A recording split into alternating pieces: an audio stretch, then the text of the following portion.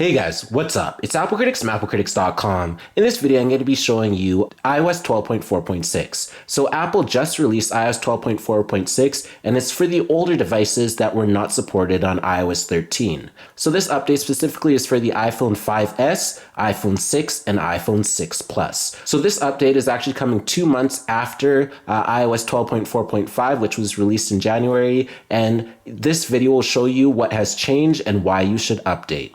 So to start off, we can go into settings, and then we can go into general, and then we can go into about. And now if we take a close look, you're going to see that I have my iPhone right here, and it's currently on iOS 12.3.1, and it's the iPhone 6 Plus. So what we're going to do is actually update it. So we could just go back to one page and then go to software update. And then we'll check for the software update, and then you can see we have iOS 12.4.6 right here. So in iOS 12.4.6, you'll see that it provides important security updates and is recommended for all users, and it tells you some of the other small features right here.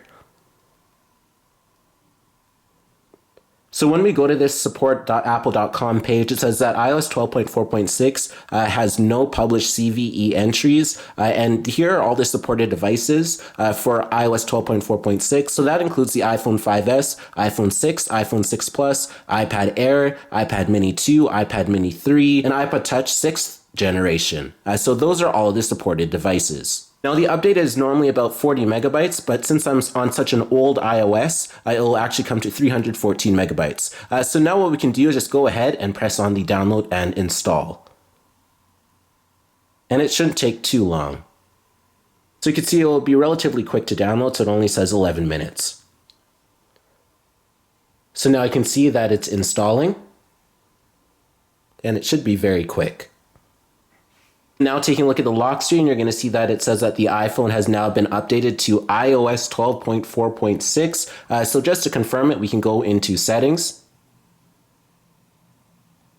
general, and then about. And then you'll see that it says iOS 12.4.6 right there, so that confirms it. So if you're already on iOS 12.4.5, it's a small update, and it's literally only 40 megabytes, so there's not a lot that has changed. But if you haven't been updating your device a lot, I know this is an old iPhone that I barely use, and I barely use it day to day since I have the iPhone 11 Pro Max, but it's still good to see that Apple is updating the older devices, I must say that, because it's good that they're showing continued support and making sure that there's no security bugs or flaws within the software for iOS users that are still using older devices. Now, it does fix any of the modem issues that you were having with the cell signal. So maybe the call quality wasn't that good or the call reception wasn't that good. That has now been fixed in 12.4.6. But just don't expect major features such as dark mode or anything like that. It's just more of a smaller, light update, just keeping the iPhone up to date and any iOS device for that matter. It's just keeping it relevant and making sure that there's no bugs. And the main thing was that it was to patch the security vulnerabilities and fix the performance, and also the battery life and cell connectivity issues and simple things like that. Now, there won't be any dark mode on this because that is just reserved for iOS 13. Now, it won't come to iOS 12 at all. It's just going to be a dark mode exclusive feature and just one of the reasons to upgrade. Now, it's known that older devices do have some issues, so that is just the main reason for this update. Now, it's just mainly to make sure that the iPhones are not vulnerable for anything, and just the security updates just make sure that the device is up to speed. Now, as mentioned earlier, these are all the accepted devices, but there's no CVE entries, so that's definitely good. So it wasn't to patch up any major exploit or anything like that. So now one of the main reasons to use this is because you can JB your device, and you know what I mean when I say that. So when you JB your device, you can just use checkrain, and you can see it just supports iPhone 5S, iPhone 10, iOS 12.3 and up, and that's just really good that it works. And once again, it's just good to see that it still works on iOS 12.4.6. So it doesn't give you a reason to stay on 12.4.5, it just gives you another reason to update. Now, overall, the performance is very snappy, and just the performance overall is not used often, so I can't really gauge it, but it's still pretty decent. So it just feels the same as 12.4.5 performance-wise. Now with the Geekbench score, it's basically identical to iOS 12.4.5, just it's slightly a few points better on 12.4.6, so that's definitely another reason to upgrade, just a slightly better performance overall. Now, you still can't play intensive games such as PUBG or anything like that. It'll just give you bad graphics and lag on an iPhone 6.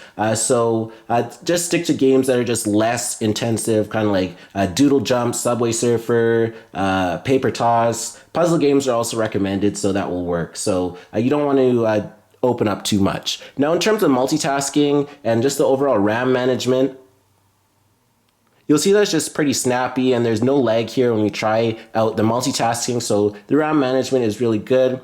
So it's not terrible. The app's still open. You can go into another app. So you just go into Safari just like that. You can see how fast it is. You can go on the page and see there's no latency or lag issues. So that's really good. Now taking a look at the battery life, that's where things get interesting. So if we go to battery right here and we take a look at the battery health, you're going to see that it says service for battery health. So that's how bad the battery health is on this iPhone 6. So anytime the battery health is under 80%, that's when you want to take it in and return it or upgrade your phone. So if we tap on service, you'll see that the maximum capacity is 79%.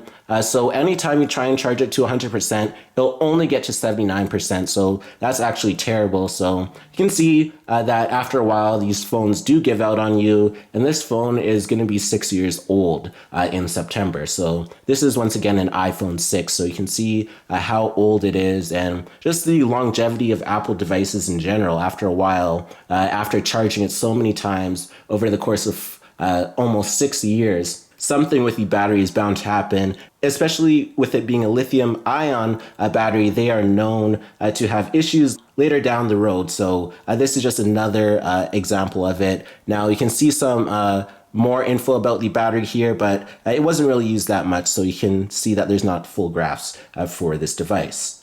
Now you're probably wondering whether you should or should not upgrade to iOS 12.4.6. Well, in my honest opinion, I would say yes. You should upgrade to iOS 12.4.6 because it just gives you the security and stability of a software update. It's only 40 megabytes if you're already on 12.4.5, or it could be up to 300 megabytes if you're on a super old iOS, such as iOS 11. So that's the space that you'll probably need. Now, overall, it just feels snappy. It's just good to see that Apple is still doing updates. That's the main story to take away from this, is that Apple still does care about the old devices. They're looking for ways to improve it, make it better, make sure the battery is a little bit better, make sure the overall performance is good, make sure that you can still have better cellular service with some modem updates and cellular upgrades. So it's just good to see that Apple still cares about the older devices to an extent. So that's really good. Now, there won't be any groundbreaking, jaw-dropping features such as dark mode and anything like that, but it's just a solid, stable update that you want to have for an older device such as the iPhone 6.